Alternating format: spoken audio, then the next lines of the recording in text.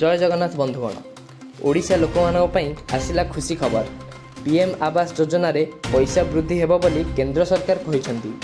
लोक माने किपरि असुविधार सम्मुखीन न होई सेमानकु किपरि स्थायी घर पहुंचाई हेबो प्रधानमंत्रींकर मुख्य लक्ष्य रहिछि बोली से कहिसेंती। ओडिशार आवासहीन एवं भंगा आवास थिबा लोकमानंकर दुख बुझिले केंद्र सरकार एवं पीएम आवास योजनार राशि बढ़ाइबे केंद्र सरकार। अभावहीन लोकंकु आवास प्रदान करिबा पई सरकार पीएम आवास प्लस योजना आरंभ करिवे।